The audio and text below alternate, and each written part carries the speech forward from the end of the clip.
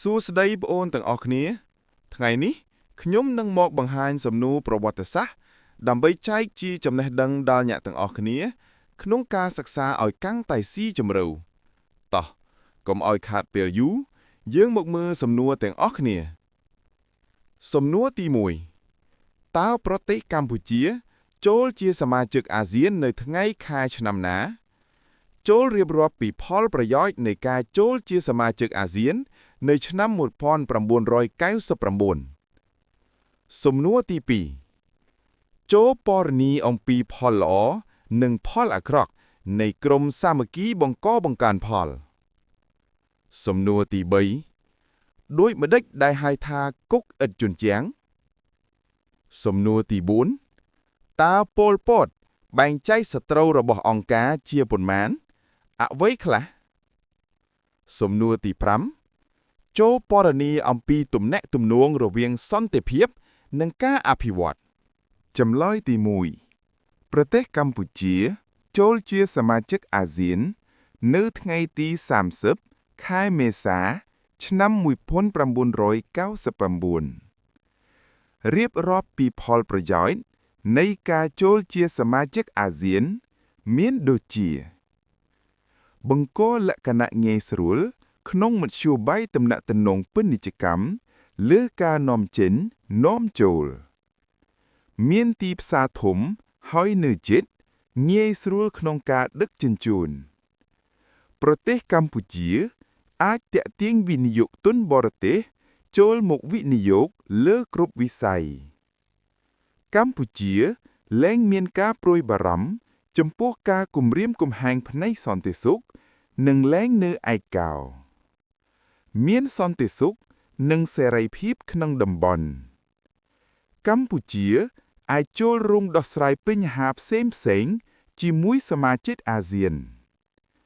កម្ពុជាទទួលបានផលប្រយោជន៍ពីការអភិវឌ្ឍខាងវិស័យផ្សេងៗដូចជាកសិកម្មទេសចរណ៍ជាដើមកម្ពុជាទទួលបានផលចំណេញយ៉ាងច្រើនខាងកិច្ចការនយោបាយបរទេស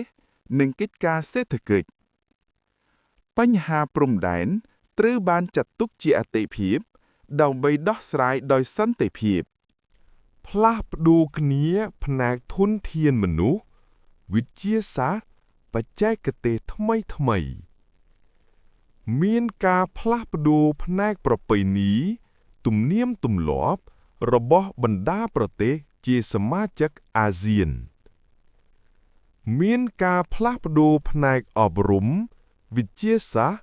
បច្ចេកវិទ្យានិងសង្គមកិច្ចកម្ពុជានឹងលេចមុខមាត់លើឆាកអន្តរជាតិមានមុខមាត់ស្មើនឹងប្រទេសក្នុងអាស៊ាននិងមានសិទ្ធិធ្វើប្រតិបត្តិការរួមដោយសមមុខភាពចម្លើយទី2ពណ៌នាអំពីផលល្អនិងផលអាក្រក់នៃក្រុមសាមគ្គីបង្កបង្កើនផលចំពោះផលល្អជួយអ្នកគ្មានគោក្របីណាំងគល់រនាស់ជួយជាកម្លាំងដល់ស្ត្រីមេម៉ាយចាស់ជរា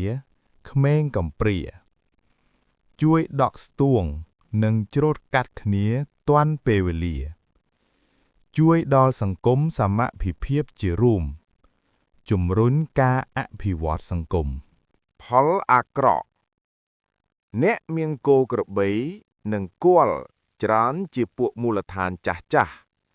អ្នក17មេសាគ្មានអ្វីទេមានតែបាតដៃទទេដូច្នេះអ្នកចាស់អាចមានប្រៀបលើអ្នកថ្មីការពឹងពាក់គ្នាច្រើនពេកធ្វើឲ្យមានទំនាស់ដោយសារសមាជិកខ្លះមិនខិតខំដោយឲ្យអ្នកដទៃធ្វើជំនួសការគិតតាមក្រុមគ្មានឯកភាពគ្នា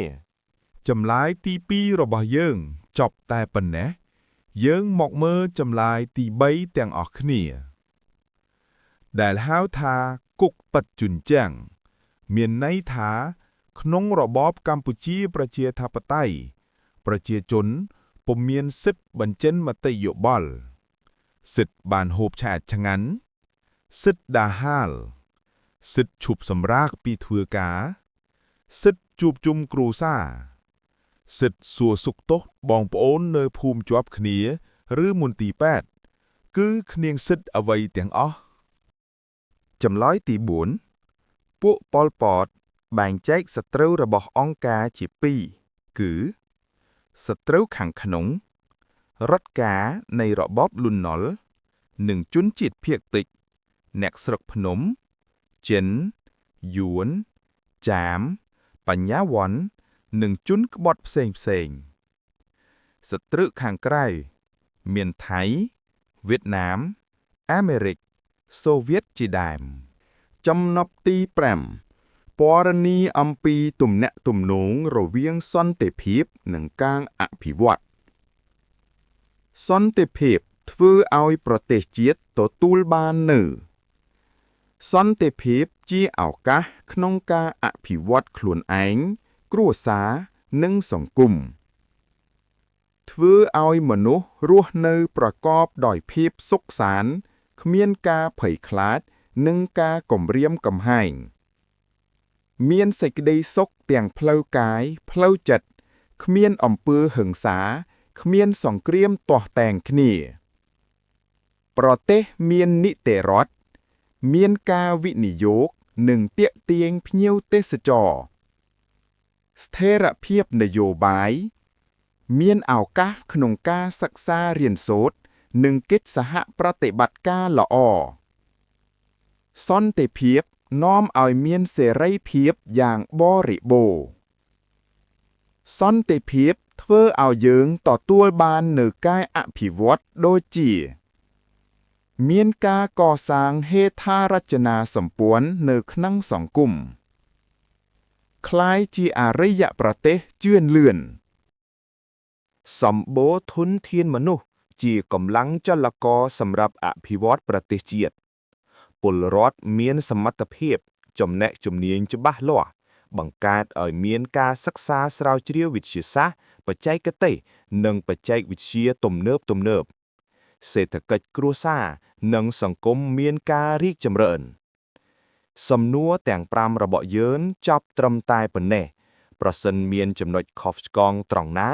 សូមមេត្តាអធ្យាស្រ័យប្រសិនបើប្អូនចង់ទទួលបានវីដេអូថ្មីសូមចុច like Subscribe ម្នាក់មួយសូមអរគុណ